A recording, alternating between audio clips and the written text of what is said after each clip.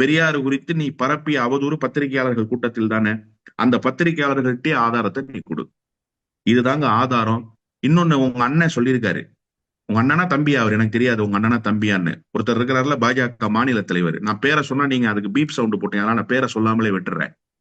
அந்த பேர் உள்ளவர் என்ன சொன்னாருன்னா, எங்க கிட்ட ஆதாரம் இருக்கு, எங்க கிட்ட ஆதாரம் இருக்கு, அந்த ஆதாரத்தை நாங்க சீமானுக்கு கொடுப்போம். அந்த ஆதாரத்தையாவது வாங்கி கொடு. உங்ககிட்ட ஆதாரம் இல்லப்பா, உங்க ஆளுங்க சொல்லியிருக்கிறாங்க ஆதாரம் இருக்கு, நாங்க கொடுப்போம் சீமானுக்குன்னு சொல்லியிருக்காங்கல்ல, அந்த ஆதாரத்தையாவது வாங்கி கொடு. ஏன் கோர்ட்டுக்கு போறேங்கிற? கேஸ் நாங்க சட்ட ரீதியா போயிருக்கோம். அதுக்காக நீ கோர்ட்ல தான் கொடுக்கணும்ன்ற அவசியம் இல்லை. நீ கோர்ட்ல கொடுக்குறேங்கிறத முன்னாடியே சொல்ல வேண்டியதானே, நான் நீதிமன்றத்துல கொடுத்துருவேன். நீ ஏன் இன்னைக்கு திடீர்னு வந்து நான் நீதிமன்றத்துல கொடுப்பேன்ற? இத்தனை நாளா வாயில கொழுக்கட்டை வச்சிருந்தியா? உன்கிட்ட ஆதாரம் கிடையாது.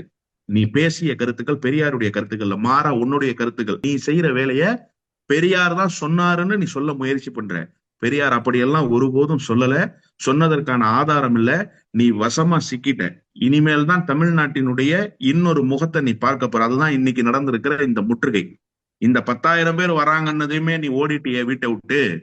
இன்னும் தமிழ்நாட்டில் இருக்கிற ஒட்டுமொத்த பெரியாரிய இயக்கமும் ஒன்று சேர்ந்து களத்துக்கு வந்தா நீ இந்த நாட்டை விட்டே ஓடி போயிடுவேன். அதுதான் யதார்த்தம். நீ வீரன்னா இருக்க வேண்டியதானே, வீட்டுல சந்திக்க வேண்டியதானே, வீட்டுல இருந்து சந்திக்க வேண்டியதானே. ஏன் வீட்டை விட்டு ஓடி போற? அவ்வளவு பயம் எதுக்குப்பா உனக்கு?